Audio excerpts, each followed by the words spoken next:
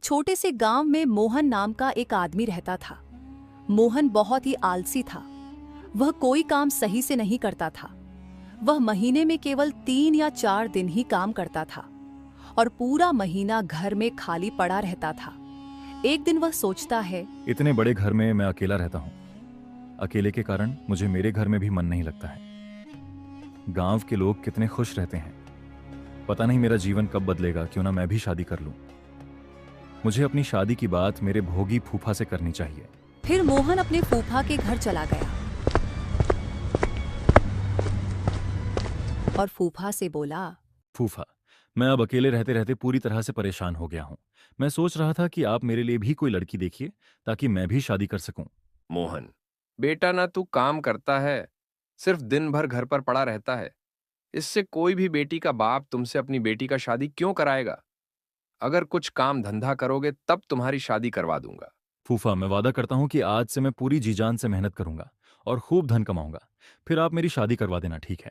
मोहन, जब तुम कामयाब हो जाओगे तब मैं तुम्हारा शादी करवा दूंगा। तब से मोहन खूब मेहनत किया और खूब पैसे कमाए। फिर उसके फूफा ने उसकी शादी करवा दी। मोहन जब अपनी पत्नी को लेकर घर पहुंचा, जैसे ही उसकी पत्नी घर पहुंचती है और घर का हाल देखती है तो मन ही मन बोलती है, हे भगवान, ये घर है, लगता है कोई सालों से यहाँ पर नहीं रहता है। भाग्यवान, तुम क्या सोच रही हो? अब तुम आ गई हो तो अब ये घर तुम्हारा ही है। मैं थोड़ी देर में आता हूँ। आरती पूरी घर की अच्छी तरह सफाई करती है और फिर खाना बनाती है। अपनी पत्नी के हाथ का खाना खाकर मोहन मन ही मन बोलता है, आज बरसों बाद इतना स्वादिष्ट भोजन खाया हूँ। समय बीतता गया, लेकिन मोहन कहीं काम करने नहीं जाता था। तब उसकी पत्नी उसे बोलता है, आप सारा दिन सिर्फ सोते हैं और खाते हैं। ऐसे में तो हम लोग कुछ दिन में भूखे मर जाएंगे। आप कुछ करते क्यों नहीं हो? अरे भाग्यवन, मैं काम के बारे में ही सोच रहा था। आप कब तक सोचते रहेंगे? घर में सिर्फ 2 दिन का ही राशन बचा हुआ है, वह भी खत्म हो गया तो हम लोगों को भूखा रहना पड़ेगा। तुम चिंता मत करो, मैं अभी राशन का बंदोबस्त करता हूँ। इतना बोलकर वह घर से निकल जाता है। उधर उसकी पत्नी सोचती है, हे भगवान, यह आपने मेरे साथ क्या कर दिया? मैं क्या सोची थी, आपने क्या दे दिया? यह आदमी तो पूरा निकम्मा और आलसी है। इसके साथ मैं पूरा जीवन कैसे बिताऊंगी? कुछ ही देर में मोहन सामान लेकर घर पहुंचता है। तब उसकी पत्नी उससे बोलती है, अजी, आपके पास तो पैसे भी नहीं थे, फिर आपने राशन कैसे लाए? अरे भाग्यवान, मैं राशन अपने दोस्त सोनू से उधार लेकर आया हूँ। जब मैं काम करने लगूंगा तब उसका उधार लौटा दूंगा। उधार लेना बहुत गलत बात है। आप जब कोई काम ही नहीं करते हो तो उधार कैसे चुकाओगे? अगर समय पर उधार नहीं चुकाओगे तो वह 2-4 बात फालतू में सुनाएगा। तब तक मुझे काम मिल जाएगा। जब भी उसका राशन खत्म हो जाता था तो वह किसी न किसी से उधार लेकर राशन ले आता था। कुछ ही दिन में उसकी घर पर लोग अपना पैसा मांगने आने लगते हैं। यह सब चीजों से परेशान होकर उसकी पत्नी अपना मायके चली गई। उसके बाद उसकी हालत फिर से वही हो गई। वह बोलता है, भाग्यवान के जाने से मेरा हालत खराब हो गया है। ना घर में खाने के लिए कुछ है और ऊपर से कर्ज वालों की घर के बाहर लाइन लगी रहती है। भाग्यवान सही कहती हैं कि कर्ज वालों का पैसा कहां से लौटेगी। मुझे कैसे भी करके इन सभी से अपना पीछा छुड़वाना है। अगर मैं यहां पर रहूंगा तो ये लोग मुझे जीने नहीं देंगे। मैं ससुराल चला जाता हूं, 1-2 महीने वहां पर रहूंगा। आराम से कोई परेशान नहीं करेगा। अगले ही दिन वह अपने ससुराल की ओर चल पड़ा।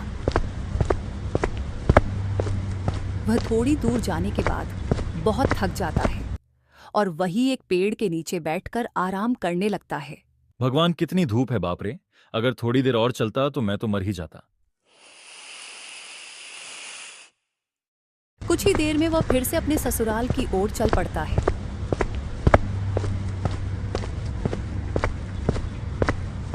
ससुराल पहुंचते ही उसकी सास उससे बोलती है, दामाद जी, आप यहाँ, मैं आपके बारे में ही सोच रही थी। उसकी पत्नी सब समझ रही थी कि वो यहाँ पर भी आराम से खाना खाने और मौज करने आ गया।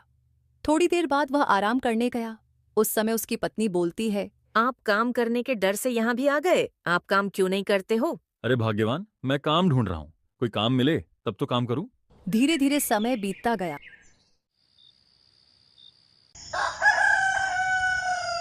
अब वह अपने सास के ऊपर भी बोझ बन गया था। तब उसकी सास बोलती है, दामाद जी, आप कब तक ऐसे बैठे रहेंगे? आप कोई काम क्यों नहीं करते हो? आप अगर इसी तरह निकम्मा पड़े रहेंगे तो कैसे आप अपने बीवी बच्चों को रख पाएंगे? इतना सब कुछ सुनने के बाद मोहन को बहुत खराब लगता है और वह मन ही मन सोचता है, आखिर सास भी तो सही ही कह रही है। मैं जहां जाता हूं सब पर बोझ बन जाता हूं। गांव भी में भी लोग अपने पैसे मांगने आ जाते हैं। तब वह अपनी पत्नी को बोलता है, अरे भाग्यवान, चलो घर चलो। मैं घर तो आ जाऊंगी, पर आप वादा करिए आप मेहनत मजदूरी करके पूरी कर्ज उतार कर अच्छी जिंदगी जिएंगे। ठीक है, मैं वादा करता हूं कि अब से मैं भी मेहनत करूंगा और खूब पैसे कमा लूंगा। उसकी पत्नी खुशी खुशी घर चली जाती है। तब से मोहन रोज काम पर जाता है और पैसे कमाकर सभी का कर उतार देता है और अच्छी जिंदगी जीने लगता है।